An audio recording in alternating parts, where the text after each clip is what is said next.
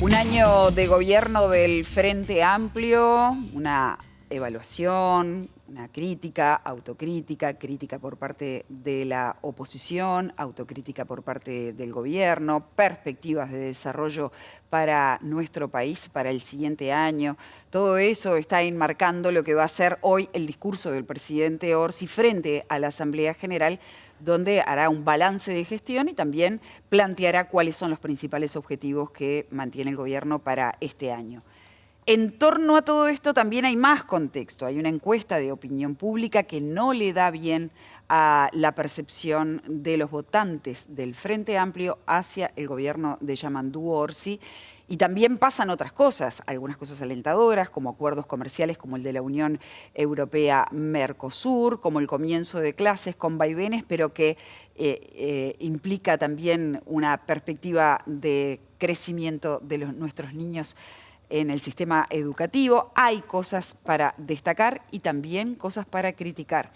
Vamos a ver cuál es el análisis que se hace desde el oficialismo de este contexto. Alejandro Zabala, es un gusto recibirte esta mañana, diputado. ¿Cómo estás? Muchas gracias por la invitación. Yo lo más bien. Bueno, muy bien. Lo que no está bien son las encuestas. Eso parece. ¿Qué pasa con la percepción del votante del Frente Amplio, que fue el que más duramente contestó en relación a cómo percibe el gobierno del Frente Amplio? Bueno, lo que dicen las encuestas es lo que tú decís. Hay disconformidad con, yo creo que con la velocidad del avance del gobierno. Una cosa que en realidad es compartida también por nosotros, por los integrantes del gobierno, ¿no? Eso obviamente que tiene que ver obviamente con equivocaciones propias, pero también con el contexto general, político y económico que tiene el gobierno, ¿no? Un gobierno sin mayorías parlamentarias, lo que implica unos niveles de negociación caso a caso, particular con el presupuesto, más allá de que los cambios importantes fueron votados, es un presupuesto que trata de atender un problema fiscal que dejó el gobierno anterior, ¿no? Y esas condiciones, obviamente, en el primer año de gobierno, donde uno gestiona con el presupuesto del gobierno anterior, donde ni siquiera nos habían dejado el tope de deuda en el lugar indicado como para poder cumplir con los mismos compromisos que ellos habían dejado como herencia, implica obviamente un esfuerzo del gobierno por articular todas estas propuestas que nosotros hicimos en la campaña y si se quiere, las que están jerarquizadas en las 63 medidas que presentó el presidente Orsi, con la inercia natural del gasto presupuestal del gobierno que viene de la administración anterior. Ahí obviamente hay un desfasaje entre las expectativas de las personas, en particular de los votantes frente amplistas y también de nosotros, los gobernantes, con respecto a las capacidades de acción y los márgenes de maniobra que tiene la gestión pública concreta.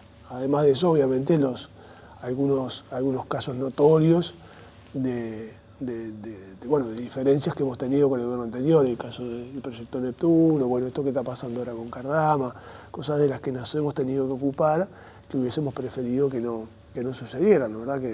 Alejandro, y que ganaron la portada mediática, ¿no? Estos temas ganaron la portada mediática.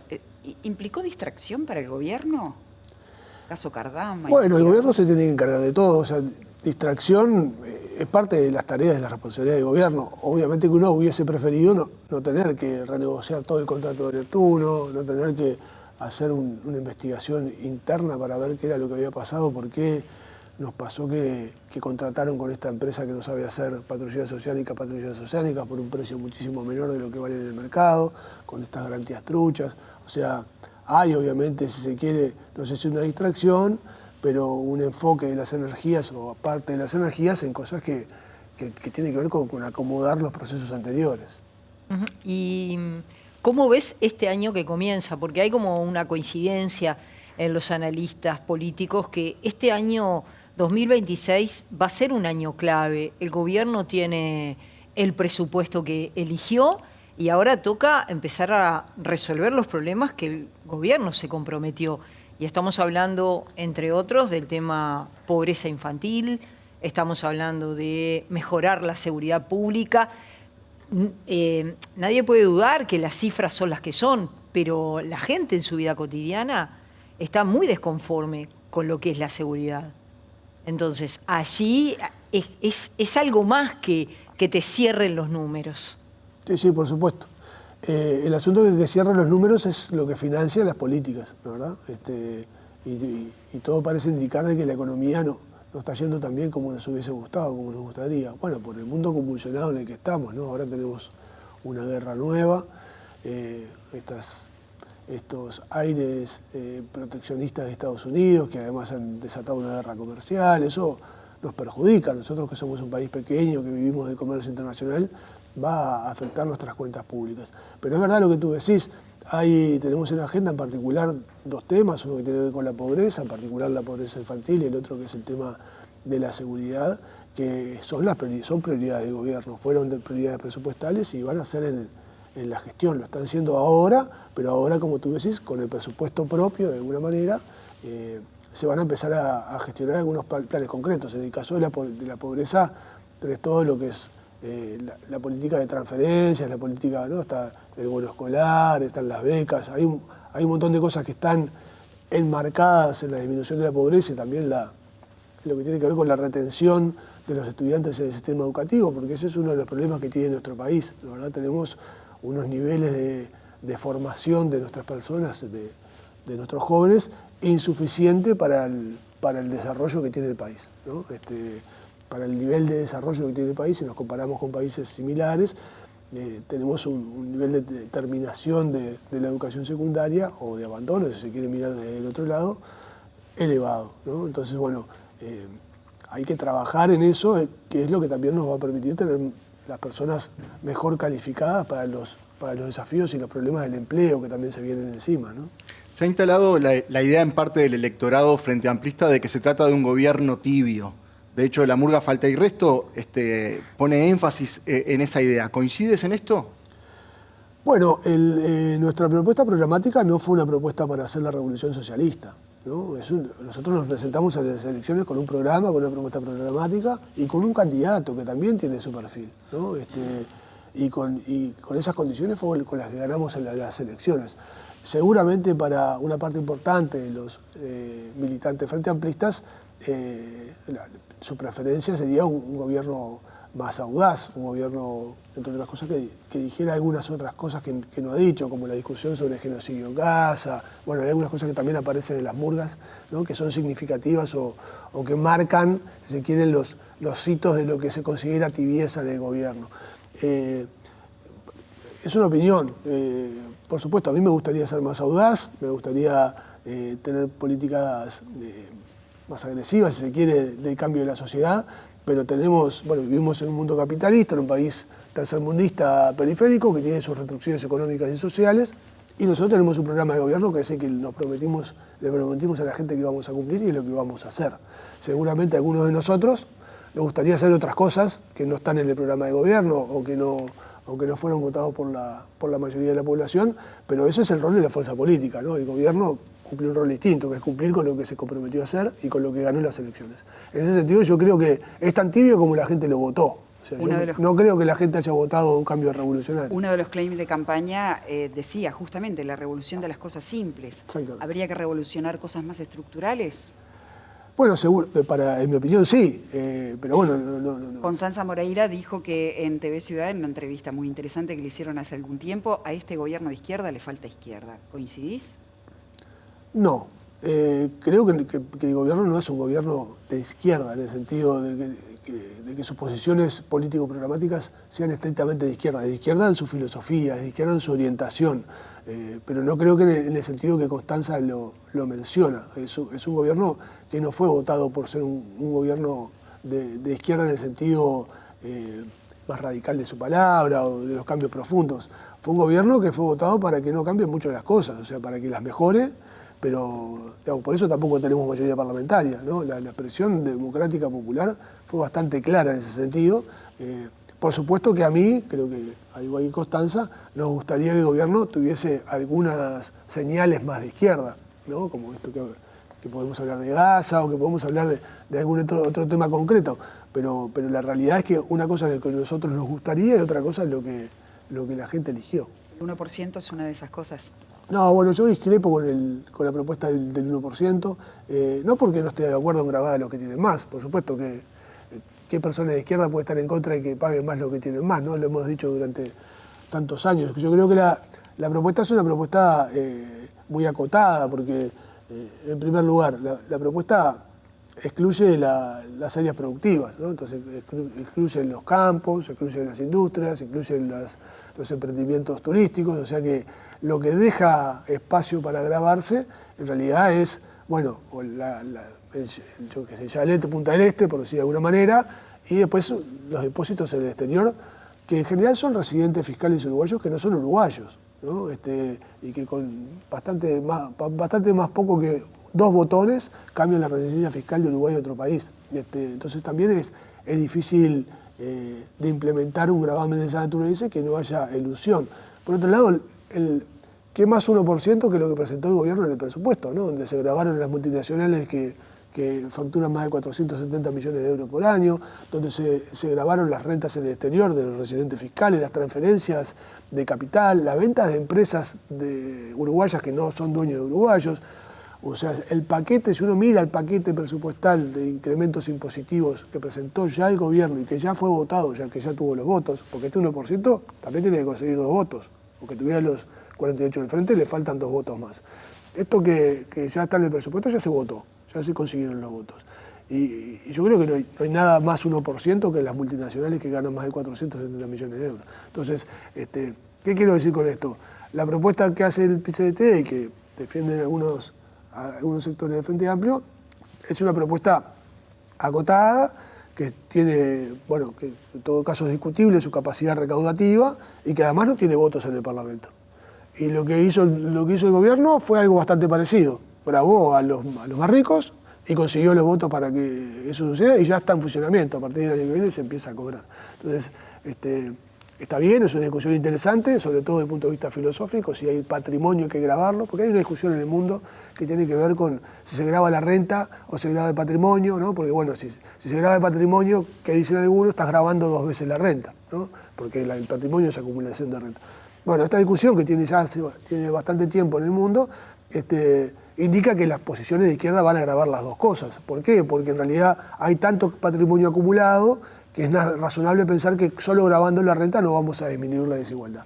Pero bueno, esta propuesta para grabar el patrimonio tiene algunas dificultades de implementación, además de resultados efectivos.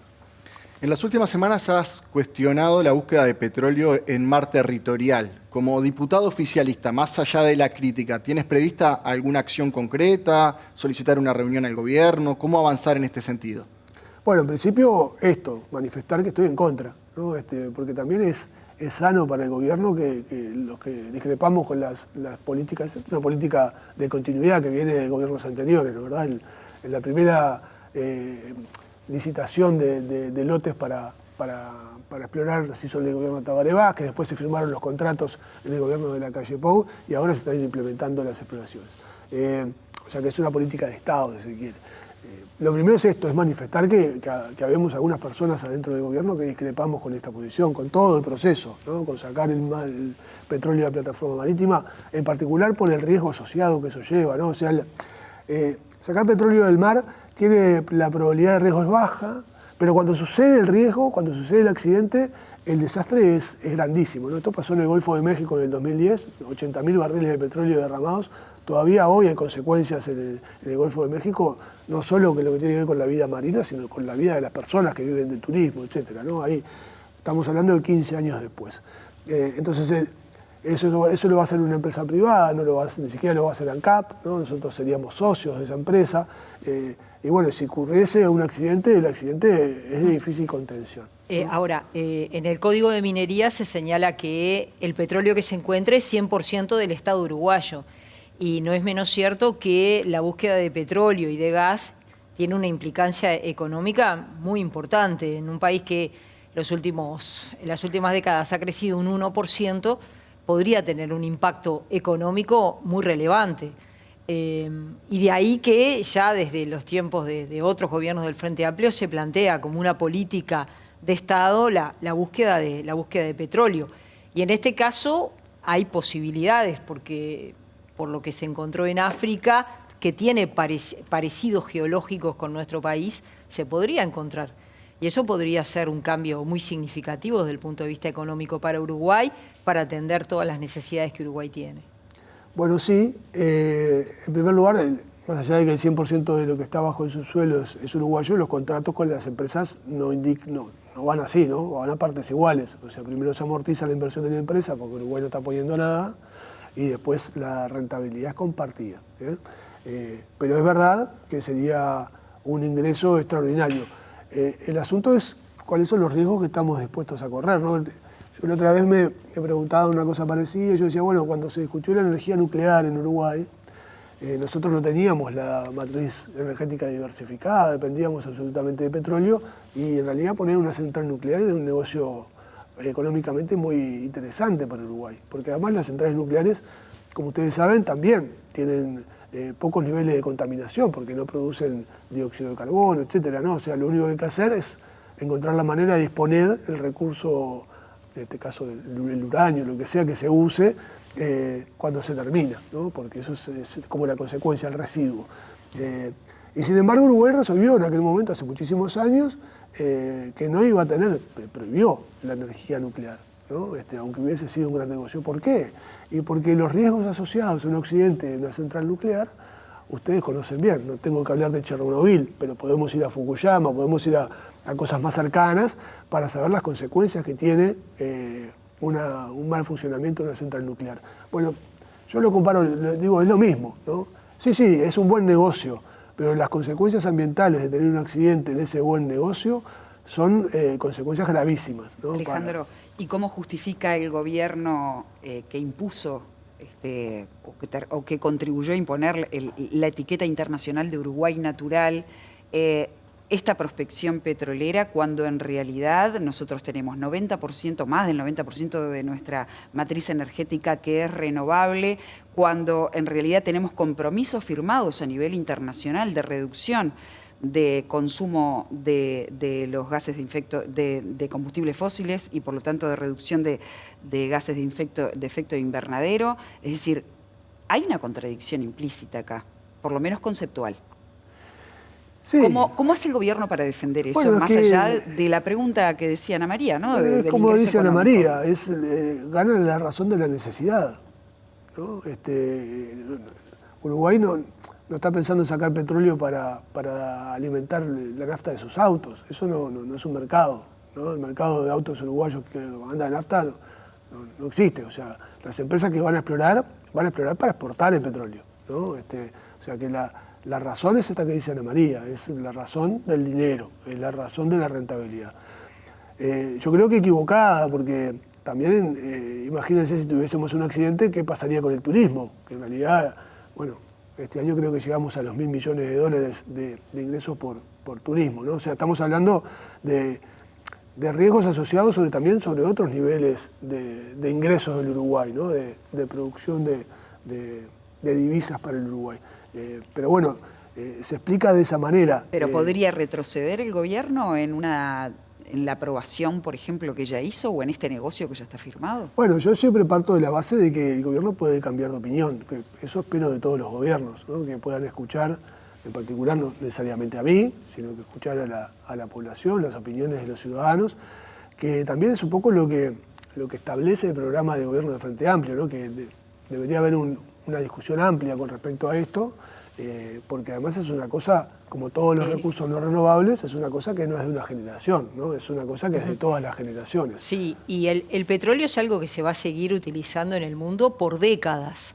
Recuerdo allá por 2016, Tabaré Vázquez planteó tener una política petrolera. De pronto lo que no sería como razonable sentarse todos los partidos políticos, los movimientos sociales, y debatir sobre el tema de qué es lo más conveniente para Uruguay, teniendo en cuenta que, reiteramos, el petróleo va a ser una necesidad por décadas.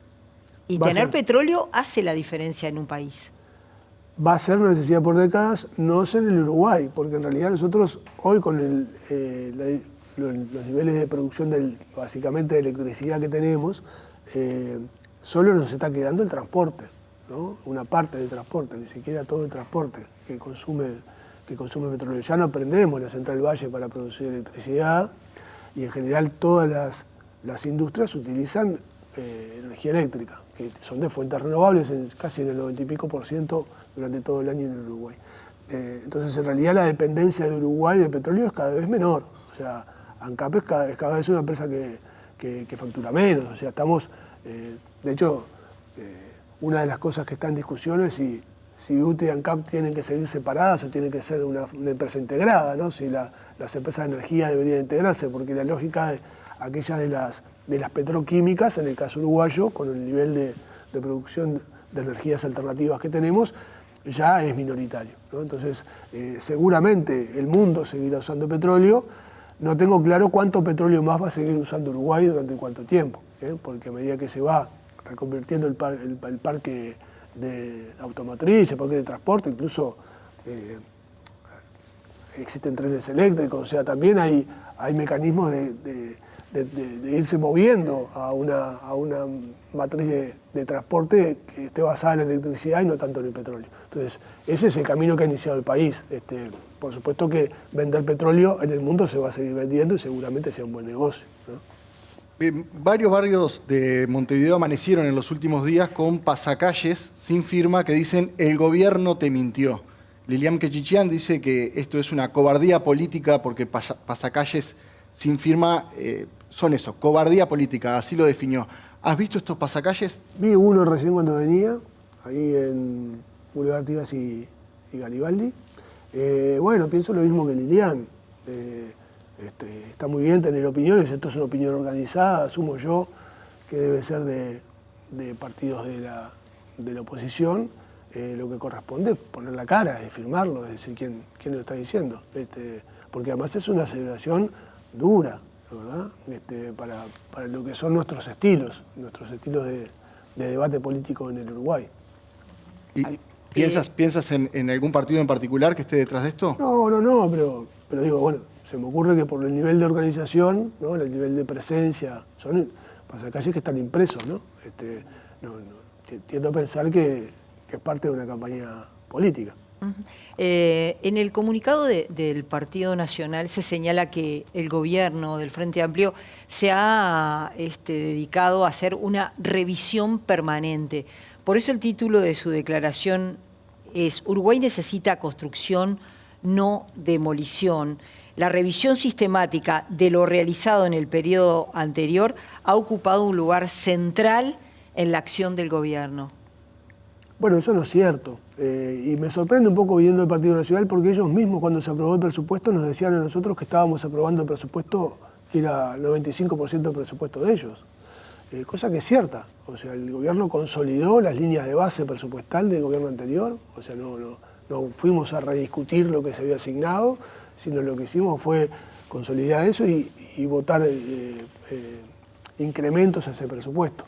Y esta fue la argumentación del Partido Nacional para votarlo. El presupuesto salió con 82 votos en 99 en la Cámara de Diputados, porque en realidad ellos nos decían que nuestra política era de continuidad. Y es cierto, en un montón en los aspectos presupuestales en particular, es una política de continuidad, obviamente con énfasis en nuestras miradas, con cambios en las asignaciones incrementales, pero lo importante, que es lo sustancial, que es la mayoría del presupuesto, es un presupuesto de continuidad. Así que me llama la atención que digan que nos hemos enfrascado en revisar cosas. Hemos revisado las cosas que están mal, ¿no? El otro día escuchaba a Javier García, que estaba en la inauguración en la celebración de la compra de los aviones Tucanes. Nosotros revisamos el contrato de Cardama, de las patrulladas oceánicas, porque encontramos irregularidades, garantías truchas, pero el contrato con el Embraer para hacer los aviones no lo revisamos, porque está bien, estamos pagando esos aviones. O sea, incluso en los casos concretos que están sobre la mesa, hay contraejemplos en los que el gobierno no ha tomado la misma actitud. Hemos tomado esa actitud en los casos que hemos encontrado, o en el caso de Neptuno, donde teníamos una diferencia que anunciamos antes de la campaña, que le pedimos al gobierno anterior que no firmara a última hora con los descuentos de los 5 minutos que te da el árbitro el proyecto de Neptuno, porque nosotros queríamos renegociarlo, y lo hemos renegociado. Tampoco es que lo hemos echado para atrás ni eliminado. Ayer asumió el diputado blanco Rodrigo Goñi como presidente de la Cámara de Diputados, planteó su interés ya reiterado en legislar sobre redes sociales, tecnología, inteligencia artificial, pero además hizo algunas referencias religiosas. Y el diputado cabildante Álvaro Perrone, de Cabildo Abierto, dijo ¿Qué ruido hace tanta mención religiosa en el Parlamento? ¿A ti también te hizo ruido las menciones religiosas de Goñi? Sí, decir, tanto que cuando me tocó votar, que yo soy, como soy Zavala, soy el último que vota, yo aclaré, yo fui criado en una casa en la que si alguien decía si Dios quiere, otra persona le respondía si Dios no quiere también, ¿no? O sea, esas son diferencias filosóficas, ideológicas que tenemos con el diputado Goñi. Sí, a mí hubiese preferido que hubiese menos menciones religiosas, pero bueno, es el Parlamento y cada uno tiene el derecho a decir lo que piensa y en lo que cree. Obviamente, mi posición, que soy ateo militante, si se quiere, está bastante en las antípodas del diputado Goñi. Pero bueno, es el diputado que eligió el Partido Nacional para presidir la Cámara y es parte de la gracia de la democracia que tenemos, donde respetamos a las personas que proponen los otros sectores para que integren la presidencia de la Cámara, así como ellos votaron en su momento a Sebastián Baldomir, que lo propusimos nosotros. Quiero volver al punto anterior. Cuando hablabas de la renegociación de Neptuno, la Federación Rural, que estuvo sentada allí en la misma mesa, en la misma silla que tú, hablaban de que si esto no tenía un revés, si Casupá no tenía un revés, estaban dispuestos a ir a una confrontación que podía llevar a lo que ellos le llamaron el tractorazo. ¿Crees que hay alguna posibilidad de que el gobierno pueda dar marcha atrás con Casupá? No, ¿Hay argumentos para eso? Yo creo que no. Creo que la represa de Casupá es un proyecto que tiene más de 60 años en el Uruguay. O sea, los técnicos de OSO vienen estudiando la cuenca de Santa Lucía, la cuenca alta de Santa Lucía y esta opción de represar un poco más esa cuenca desde hace 60, 50 años. O sea que es un proceso que la OCE, acá no estoy hablando de gobiernos, viene planteando desde hace muchísimo tiempo. Y la propuesta de Aracetí, que era la propuesta que impulsaba el gobierno anterior, cuando uno miraba todos los estudios que había hecho la OCE y las consultoras, era la anteúltima propuesta, y la de Casupá siempre es la primera, porque la cuenca de Santa Lucía es una cuenca sana, es una cuenca que además que controlamos nosotros, es decir, no es el Río de la Plata, donde nosotros no sabemos lo que puede pasar por lo que hacen el resto de países, ¿no? Es una fuente de agua potable, limpia, poderosa, con un caudal suficiente, y que además nosotros tenemos toda la cuenca dentro de nuestro territorio. Así que lo que hicimos nosotros fue volver a retomar el camino que la OCE siempre había tenido, ¿bien? Por supuesto negociando el contrato, porque bueno, los privados también estaban afectados por esta decisión. Con respecto a la posición de la Federación del Rural sobre sus tractorazos, yo no entiendo mucho en qué afecta a la Federación Rural, más allá de algunos productores que están Ese es allí, el punto que van a ser específicamente. Dice que son muchas hectáreas y que hay destrucción de bosque nativo. 400 hectáreas de bosque nativo. El Uruguay tiene 800.000 hectáreas de bosque nativo. ¿Bien? Nunca había visto a la Federación Rural tan preocupada por el bosque nativo. Ni tampoco los vi hacer un tractorazo por la pobreza infantil, ni los problemas que ha tenido la sociedad en los últimos 20 años. Me parece un poco exagerada la medida para una decisión política que tiene que ver con garantizar el agua potable hasta el 2045, por lo menos para el área metropolitana. Estamos hablando de 1,5 millones de personas y bueno, la Federación Rural no se está preocupada por algunos productores que además, como te decía, van a ser indemnizados, no es que les vamos a tirar el agua y los vamos a pasar por arriba con el agua, ¿no? El Estado uruguayo da las garantías para que estos procesos, que obviamente siempre tienen impacto, cualquier represa que se haga en cualquier lugar del mundo tiene impacto, ¿no? Esos impactos sean mitigados y las personas que son afectadas sean resarcidas por esa afectación. Alejandro, nos tenemos que ir ya a una tanda. Te estoy despidiendo, pero bueno, Estados Unidos e Israel acaban de iniciar esta guerra contra Irán. Irán tiene una contraofensiva. ¿Cuál debe ser el país de Uruguay en materia internacional con este tipo de conflictos? No, Uruguay está en contra de las intervenciones militares en el mundo, ¿no? Nosotros hemos defendido siempre y seguimos defendiendo la solución pacífica de los conflictos, ¿no? Porque además no solo hay muertos militares, ¿no? Esta discusión de los ejércitos, etcétera, eso ya dejó hace mucho tiempo de suceder después de la Segunda Guerra Mundial. En general las poblaciones y los civiles son los más afectados, ¿no? Entonces, obviamente estamos en contra de esta intervención, como de todas las otras, y abogamos porque los conflictos y las diferencias. En este caso ni siquiera había un conflicto, ¿no? Había una diferencia con respecto a la política nuclear de Irán y las diferencias que tiene con Estados Unidos. Después los líos ya más geopolíticos de la región, de Israel en el medio, Estados Unidos apoyando a Israel, tienen que ver con el problema general, ¿no? Con la posición imperialista que está teniendo Estados Unidos con respecto al mundo y en particular con algunas guerras. A mí no me extraña tampoco que cerca de las elecciones de medio término de Estados Unidos Trump esté tan agresivo, ¿no? Seguramente haya algunos descontentos en Estados Unidos con respecto a sus políticas, ¿no? Hemos visto cómo han fallecido 2 personas a manos de esta nueva estructura policial que ha establecido Trump, y se han manifestado las personas en Estados Unidos en contra de algunas políticas que está llevando, además del aumento de los niveles de vida producto de esta guerra arancelaria, ¿no? El costo de vida en Estados Unidos.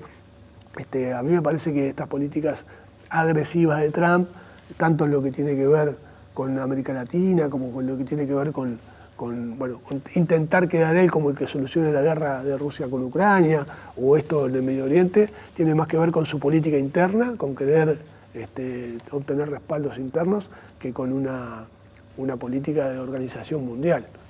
Un país que además, que durante muchísimo tiempo defendió las instituciones internacionales, las instituciones mundiales de gobierno y de solución de conflicto, y que ahora se aparta de ellas y las cuestiona, ¿no? Entonces estamos viviendo una época nueva donde las aspiraciones imperiales de las potencias hacen crujir el mundo, y esas cruje con sangre el mundo, de verdad.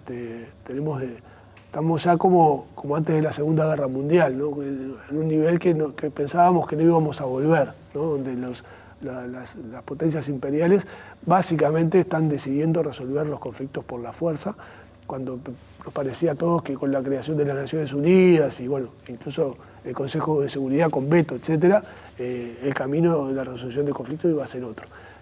Hay un retroceso y eso es preocupante. Gracias, Alejandro, por haber venido esta mañana a la televisión pública. Un gusto recibirte.